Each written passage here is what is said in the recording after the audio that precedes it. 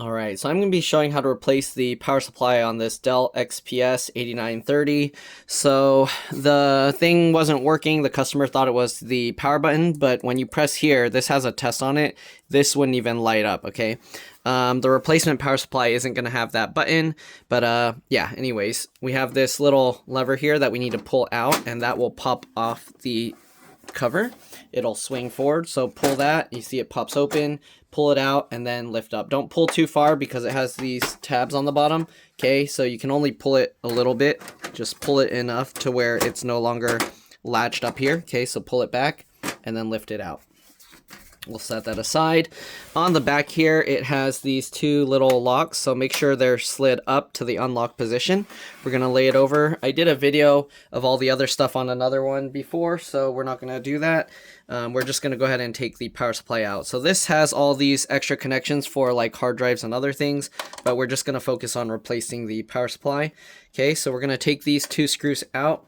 Technically, you don't really need to remove this one, but it'll make it a little bit easier because you'll have more room to work, okay? So we'll undo these two screws. If you're wondering what the, so pull that out. If you're wondering what the two locks did, basically there's this little groove here. So you get in there, hold the computer down and lift up, and you can see we can lift the entire thing out of the way. So this specific model only has two connections that it's using from the power supply. This one, which is the CPU power. So to remove that, let me see if I can zoom in to show you. There's a little clip here. It's at an awkward angle and my hand's going to be in the way. But there's a clip here you got to pull in. So pinch the two pieces together. And then while you're pinching, I know you can't really see because my hand's going to be in the way. But pinch the two pieces together here.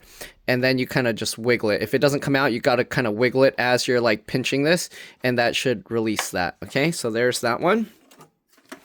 And then you got the motherboard 24. This is an ATX connector. You see there's a clip there as well. So you got to pinch that. So pinch the two pieces together. Don't just pull it down because you don't want to put pressure on the connector at the bottom.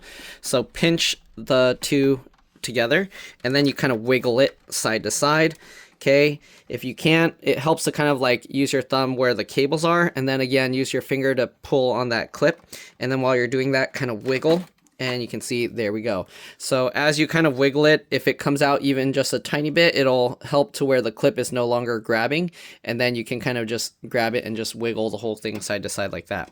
So there are the two connectors we needed to remove. This does come with, oh, there's one extra connector here. So I'm going to have to let the customer know because there's this little connector here. Oh, let me zoom out here. For the CD drive, okay? And this uses a special connector. You can get an adapter, but basically we're going to grab this and pull that out. Basically their CD drive isn't going to work now because it's not going to be connected.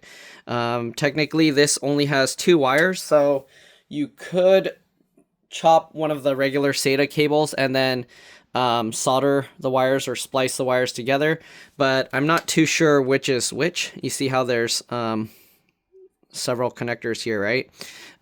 If you can figure out which one is which, because I'm not sure how much power comes out of this and how much power comes out of this, you could possibly figure out by getting an adapter. But yeah, the easiest way is you just get an adapter that converts the regular SATA connector to this one. I don't know what they call it, like a mini or micro SATA, I don't know. You can probably search like SATA optical drive adapter or something. Anyways, we close that down, and now we're going to go ahead and undo the screws for the power supply. So there's 4 screws here. All right. If the customer needs the CD drive, then I'm going to have to let them know they're going to either need an adapter or they're going to have to, they can buy a USB CD drive, or yeah, there's other options. But splicing it, since I haven't done that before, I don't want to mess around with it and then risk damaging anything. And plus that'll cost more. Me doing that will cost more than the adapter for the customer. So anyways, this slides like this, and then we can go ahead and lift this out. You want to make sure all the cables come up with it. So we're probably going to have to lift this back up again. And then we can go ahead and make sure these wires come through. Okay. All right. Oh, it looks like, let me open this all the way.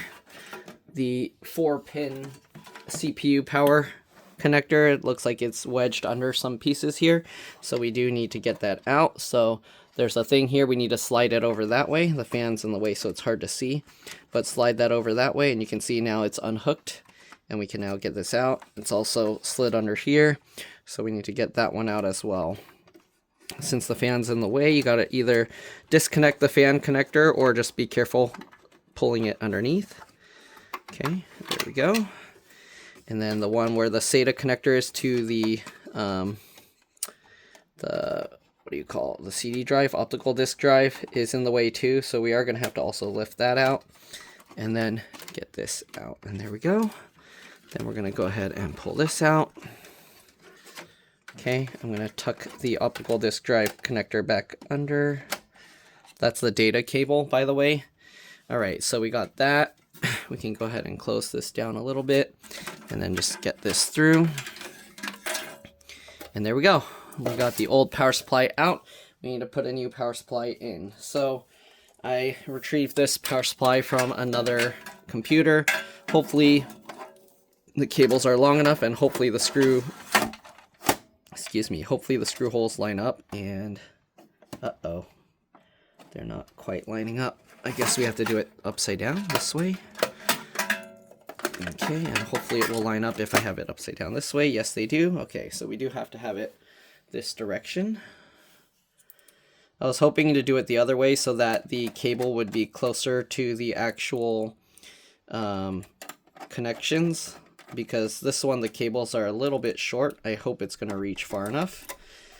Okay, get that in, and then the last one here. We'll get these screws in. There we go. This one in. This one in. And the last screw in. So I already tested this without installing it to make sure the computer worked. Basically, I just plugged in the SATA, or sorry, the ATX connector, and then the CPU connector, and then I powered it on and it worked okay. So we're good with that. Yep, there's no CD connector here, so I don't have one I can just plug in. We'll set those wires aside. All right.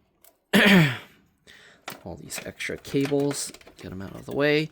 Now we'll lift this up and we'll just thread this through. Okay, the one I'm worried is this cable. It's a bit short, so I won't be able to route it the same way. But anyways, we're going to get these cables back through here, okay? And we're just going to plug it back in. So the motherboard cable, ATX cable, reaches just fine. Line this up and click that down. All right, perfect.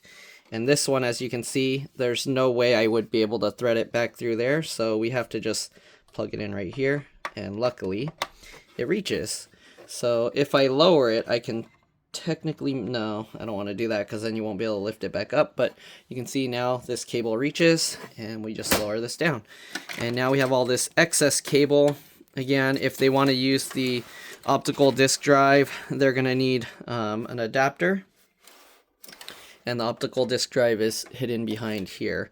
But anyways, we're going to go ahead and just get all this cabling wrapped together and then just tuck it here out of the way. All right, tuck it out of the way, and then we'll put this metal thing back on top. So this one, there's this little piece here, that's how you know which way it goes. You see how this lines up and this lines up, so just line up that little tab there, okay, and then line up the other tab up here. Okay, there we go. And then we just get the screws back in. So very simple to install the power supply. This one has a dedicated graphics card, but it's not powered. So it uses power from the PCIe slot. And then it has an M.2 SSD. So anyways, pretty simple to swap out the power supply. All right, if you're wondering on this specific one, the original power supply, it doesn't even say. Oh wait, here it is. Okay, so the original power supply is 460 watts max output. But that's if you like plug in all this extra stuff. So You see it also has connections for a dedicated graphics card if the graphics card needed external power, but this one doesn't. So actually this computer doesn't need too much power. Anyway, so we'll go ahead and get this back on. So we'll lift this back up. Make sure to lock these things back into place, so just slide them down. Once you slide it down, you shouldn't be able to pull this back out. All right, and then we'll just get this back in. You line up these with the holes down here